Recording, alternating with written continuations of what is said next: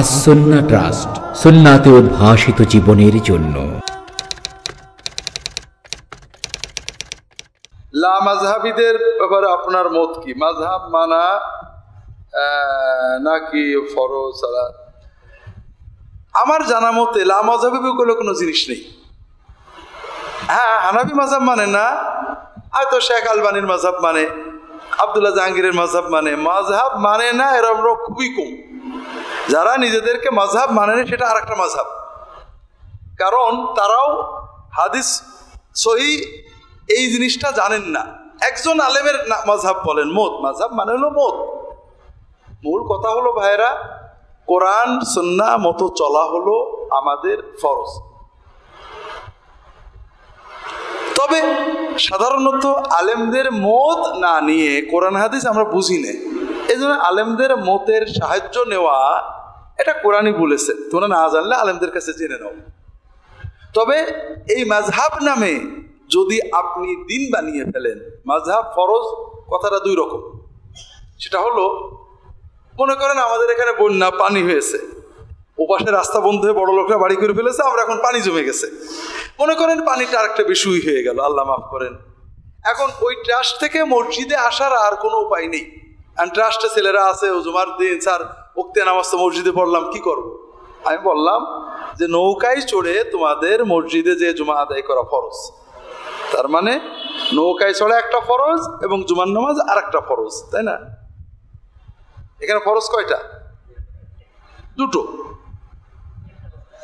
এর মানে হলো নৌকায় চড়ে জুমার নামাজ পড়তে যাওয়া ফরজ, মানে যখন পানি শুকিয়ে যাবে তখন খাল কেটে নৌকায় চড়ে আসতে হবে, ঠিক না?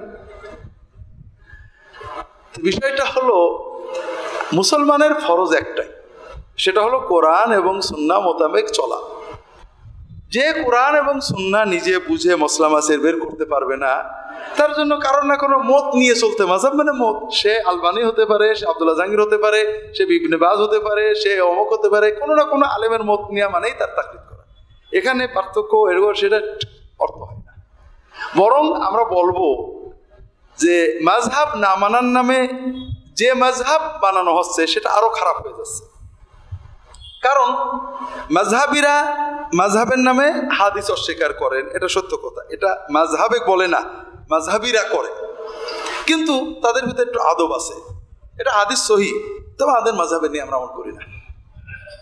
কথাটা খুবই খারাপ, তারপরে একটু ভালো। এই জন্য অন্য মাযহাবের আর একজন বলবেন এই হাদিসটাই বাতিল।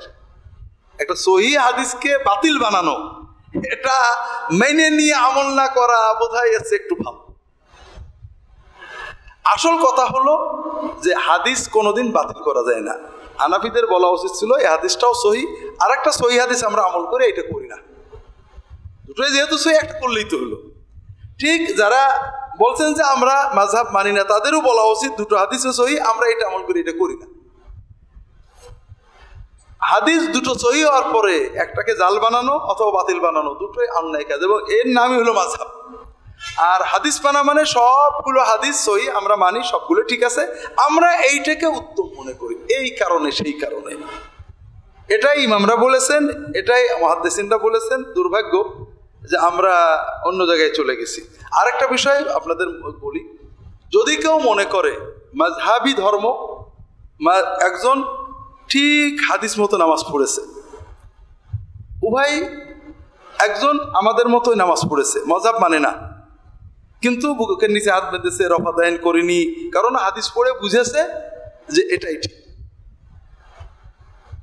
আর একজন মাযহাব মানে, ওর শাফিঈ মুকাল্লিদ, রফা দায়েন করছে, আমিন বলছে। হানাফিরা কার ভালো বলবে বলেন তো? হ্যাঁ বলেন না ভাই। হ্যাঁ, যে গায়রে মুকাল্লিদ নবীর নিচে হাত বাঁধে আমিন আসতে বলে, তার কিন্তু ভালো বলবে, তার বিরুদ্ধে কিছু বলবে না। অথচ আমরা বলছি চার মাযহাব ঠিক, শাফিঈ মাযহাব ঠিক, চার মাযহাব হক, আর ওই বেটা মুকাল্লিদ যেহেতু মাযহাবের বিরোধী করেছে তার গাল দেবে। তাহলে পরে হানাফিরা কিন্তু লা মাযহাবের বিরোধী না, প্রচলিত আমলের বিরোধী। এই জন্য হানাফি মাযহাবের প্রচলিত যে আমলটা আছে সেটা হানাফি মাযহাবে থাকার না থাক, হানাফি মাযহাবেই হয়তো দুটো কাজ জায়েজ আছে, যেমন 12 তাকবীর এবং 6 তাকবীর, দুটো হানাফি মাযহাবের সব কিতাবে আছে, দুটোই সুন্নাহসম্মত জায়েজ। কিন্তু 12 তাকবীর দিলে হানাফিরা খেপবে। এই জন্য না যে আমরা মাযহাব মানি, এই জন্য আমাদের সমাজে প্রচলিত নেই, কাজেই আমাদের সমাজের প্রচলনের বাইরে গেলে ওটা ঠিক না। কোরআন হাদিস মাযহাব টাযহাব কিছু না। এবার আহলে হাদিস ধরি, একজন গোড়া মুকাল্লিদ শাফিঈ মাযহাবের তাকলিদ অনুযায়ী প্রত্যেক নামাজে সূরা ফাতিহা পড়ে, জোরে আমিন বলে। আর একজন কোনো মাযহাব মানে না, যেমন শেখ নাসিরউদ্দিন আলবানী রাহিমাহুল্লাহ, হাদিস পড়ে বুঝেছে যে সব নামাজে সূরা ফাতিহা পড়া যাবে না, তিনি জাহরি নামাজে সূরা ফাতিহা পড়েন না, বলেন যে জাহরি নামাজে সূরা ফাতিহা পড়া যাবে না, নাজেজ। গায়রে মুকাল্লিদ বলি আর আহলে হাদিস বলি, আমাদের তারা কাকে ভালো বলবে বলেন তো? ওর মুকাল্লিদকে। তারা বলবেন না হাদিসের আলোকে সূরা ফাতিহা না পড়লেই হবে না, তার মানে আমি যে ইজতিহাদ করেছি আমার তাকলিদ করো, নইলে তুমি গায়রে মুকাল্লিদ, একে বলে নইলে তুমি মুকাল্লিদ, আমার তাকলিদ করো তাহলে তুমি মুকাল্লিদ না। তার মানে হলো ভাইরা, আমরা প্রচলনের দাস, কোরআন সুন্নাহ মাযহাব আমাদের কাছে কিছুই না। আল্লাহ তাআলা আমাদের এই মূর্খতা এবং অন্ধত্ব থেকে উদ্ধার করে।